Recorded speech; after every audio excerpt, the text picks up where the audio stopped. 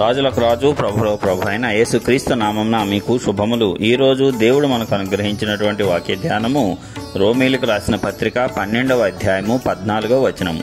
మిమ్మును హింసించు వారిని దీవించుడి గాని శపింపవద్దు. ప్రియులారా, ఈ వాక్య భాగాన్ని గనక మనం పరిశీలించినట్లయితే మనము ఈ లోకంలో అనేకమైనటువంటి బాధలను కష్టాలను ఎదుర్కొంటాము. అనేక మార్లు మన హృదయం అనేది గాయపడుతూ ఉంటుంది. అదేవిధంగా మనము మంచి చేయటం చూసి లేక అభివృద్ధిలోనికి రావటం చూసి అనేకులు మన పట్ల అసూయను కలిగి ఉంటారు. వారు అనేకమైనటువంటి మాటల చేత మనల్ని హింసిస్తారు.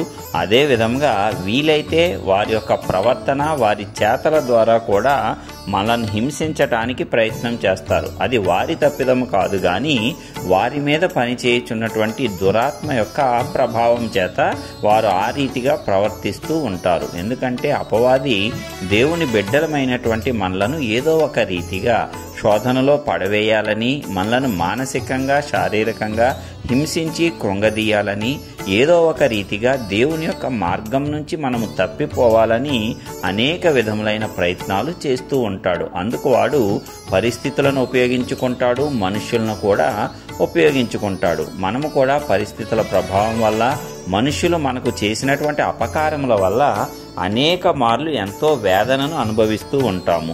మనల్ని అనేకులు హింసిస్తూ ఉంటారు.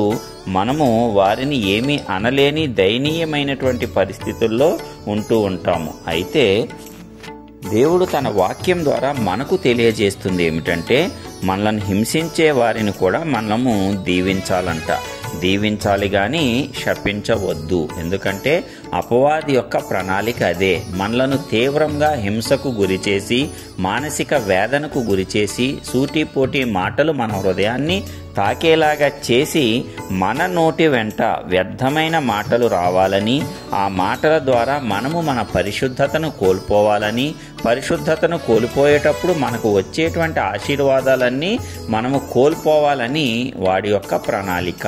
అందుకే వాడు మనలను రెచ్చగొట్టే విధముగా మన చుట్టూ పరిస్థితులు కల్పిస్తూ ఉంటాడు. మనుషులను ఉపయోగించుకుంటాడు, మరి సమయాన్ని ఉపయోగించుకుంటాడు, ఇతర పరిస్థితులను అనేకమైన వాటిని ఉపయోగించుకుంటూ ఉంటాడు. అయితే మనము దేవుని వాక్యాన్ని సంపూర్ణంగా ఎరిగి, దేవుని యందు నిజమైన విశ్వాసము, సంపూర్ణ నిరీక్షణ గలక కలిగి ఉన్నట్లయితే ఏ మాత్రము కూడా మనము బెదరము, తొనకము.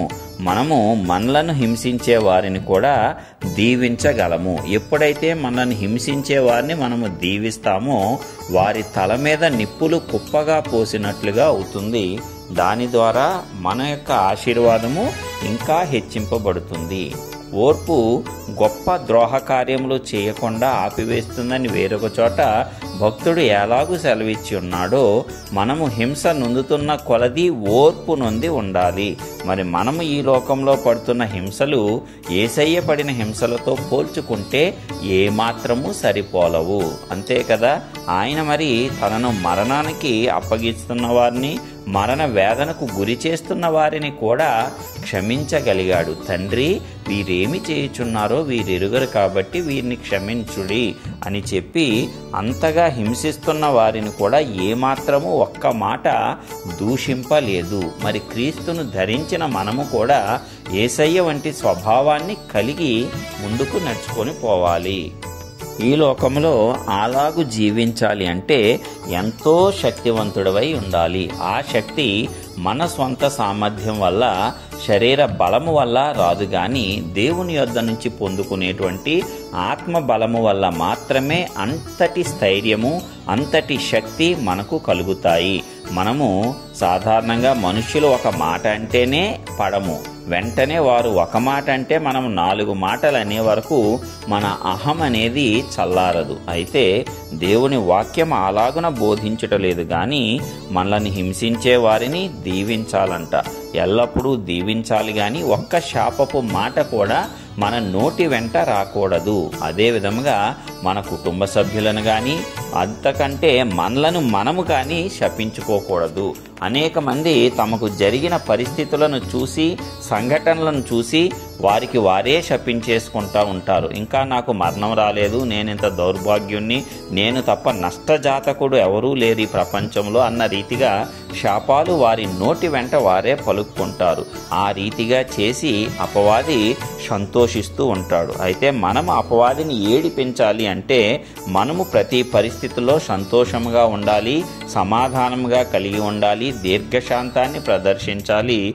ఏమాత్రము భయపడకుండా మనల్ని హింసించే వారిని కూడా దీవించగలిగేటువంటి గొప్ప సామర్థ్యంలోనికి మనము ఎదగాలి. ఇదంతా కూడా అనుదినము నీవు దేవునితో చేసేటువంటి సహవాసం వల్ల నీకు కలుగుతుంది. ఆయన నుంచి నీవు శక్తిని, సామర్థ్యాన్ని పొందుకొని ఆ రీతిగా జీవించగలవు. అది సాధ్యమే. అనేక మంది భక్తులు తమ జీవితాలలో వాటిని చేసి చూపించారు. విజయవంతంగా అపవాది తంత్రాలను ఎదిరించి వారు విజయవంతమైన జీవితాన్ని జీవించడం కూడా చూస్తున్నాం.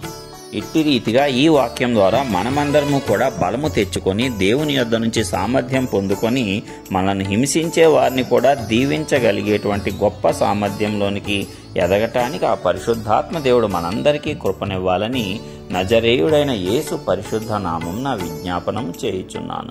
ఆమేన్.